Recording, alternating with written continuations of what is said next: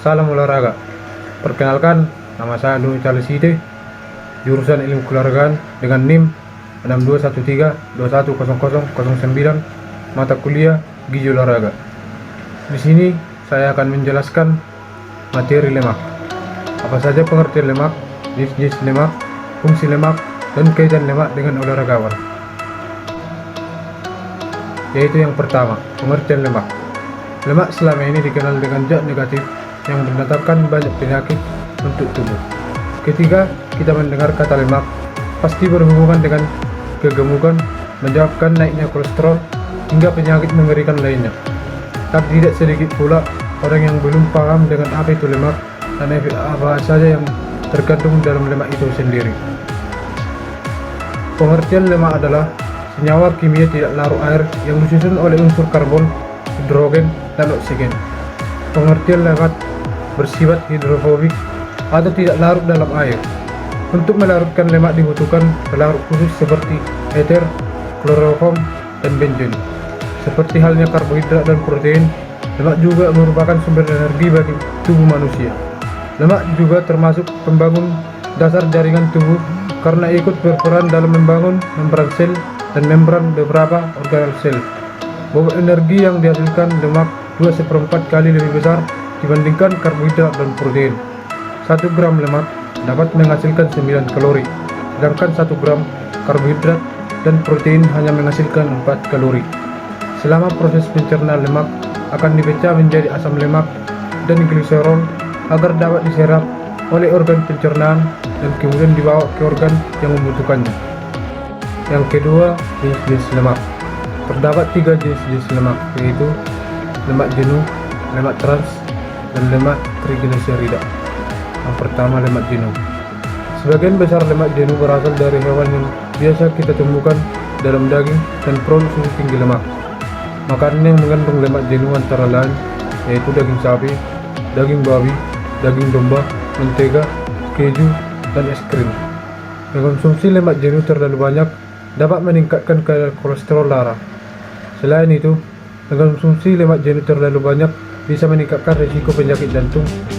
Kabar baiknya, peneliti dari Harvard mengklaim lemak jenuh juga memiliki beberapa manfaat. Namun, konsumsi jenis lemak ini tetap perlu dibatasi karena bisa meningkatkan risiko penyakit jantung.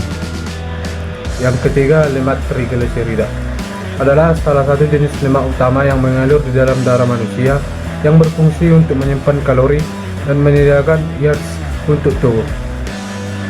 Trigliserida ini dihasilkan tubuh dari sumber energi lainnya, yaitu karbohidrat dan dari pencernaan lemak yang terdapat dalam makanan. Yang ketiga adalah fungsi lemak. Apa yang ada dalam benakmu ketika kamu mendengar kata lemak?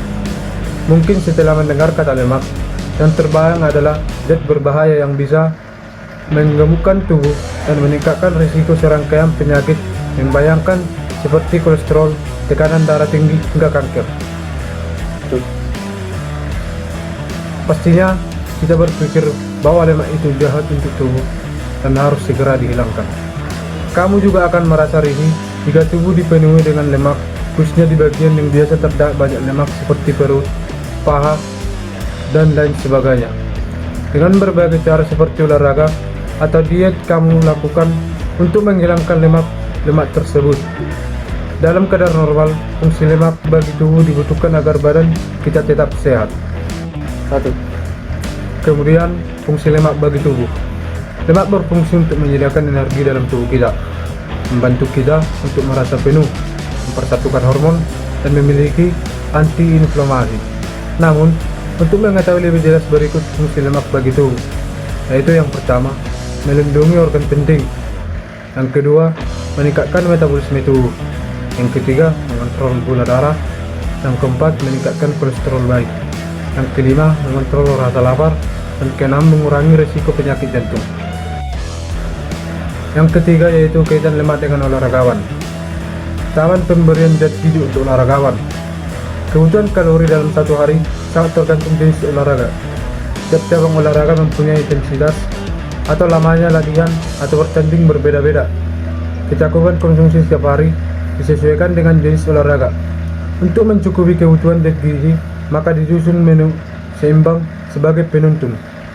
Sedangkan untuk kebutuhan kalori, cabang olahraga dibagi ke dalam 4 kelompok, yaitu olahraga ringan, sedang, berat, dan berat sekali. Pengelompokan cabang olahraga yaitu yang pertama, olahraga ringan, yaitu menembak, golf, bowling, dan penahan. Sedangkan olahraga sedang, atletik, bulu tangkis, bola basket, dan softball. Sedangkan olahraga berat, renang, tinju, gulat, tempo, judo, dan karate. Sedangkan olahraga berat sekali yaitu balap sepeda jarak jauh, angkat besi, maraton, dan rowing. Komposisi yang dianjurkan adalah rasio protein, lemak, karbohidrat, yaitu sama dengan 1:2:5. Contoh perhitungan kebutuhan energi untuk olahragawan laki-laki. Olahraga sedang, usia 20-39 tahun, sesuai dengan BBI atau berat badan ideal, rata-rata 55 kg. Kebutuhan energi 55 dikali 46 kalori per hari sama dengan 2530.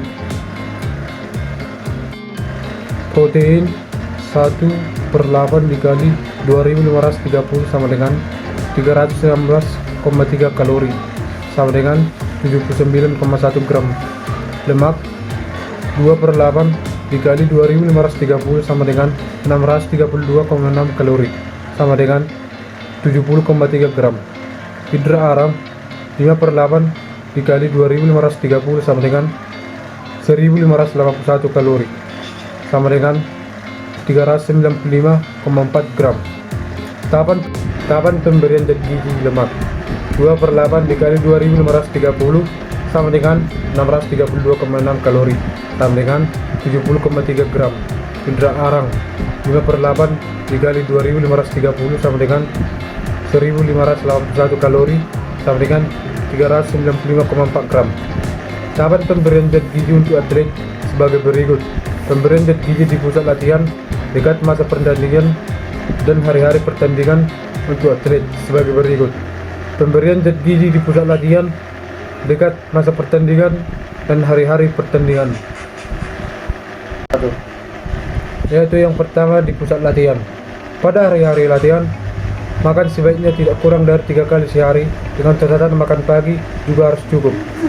Apabila frekuensi latihan 2-3 kali sehari atau bagi olahraga yang memerlukan waktu latihan yang lama dan melelahkan disarankan 4-6 kali makan sehari dalam porsi lebih kecil.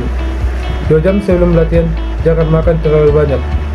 Pada permulaan masa latihan 0-2 bulan dianjurkan protein cukup tinggi. Minum cukup sebanyak 2 liter sehari. Apabila pengeluaran keringat banyak dapat diberi Poraid, sari buah, sop, kaldu, atau vitamin. Dekat masa pertandingan, bagi olahraga berat yang memerlukan waktu latihan yang lama, sebaiknya diadakan persiapan sebagai berikut. Yaitu yang pertama, seminggu sebelum pertandingan, otot yang digunakan diberi latihan relatif dosis tinggi. Makanannya protein dan lemak selama 3 hari. 3 hari berikutnya diberi makan tinggi hidrat haram. Yang kedua, untuk semua cabang olahraga, 2 hari sebelum pertandingan diberi makanan tinggi karbohidrat, buah cerna, tidak banyak serat, tidak merangsang. Cukup cairan minuman dan mineral. Tidak boleh minum kopi, Coca-Cola, atau minuman beralkohol. Hari-hari pertandingan. Pada hari-hari pertandingan, olahragawan sering mengalami sakit perut, mual, muntah, atau diare. Makanan diberikan 3 jam sebelum pertandingan. Makanan harus mudah dicerna, tidak banyak serat, tidak merangsang, hidrat haram, dan cukup cairan minuman dan mineral. Olahragawan dilarang minum kopi, Coca-Cola, minuman beralkohol, atau mengandung CO2. Sekian yang bisa saya sampaikan. Atas perhatiannya saya ucapkan terima kasih.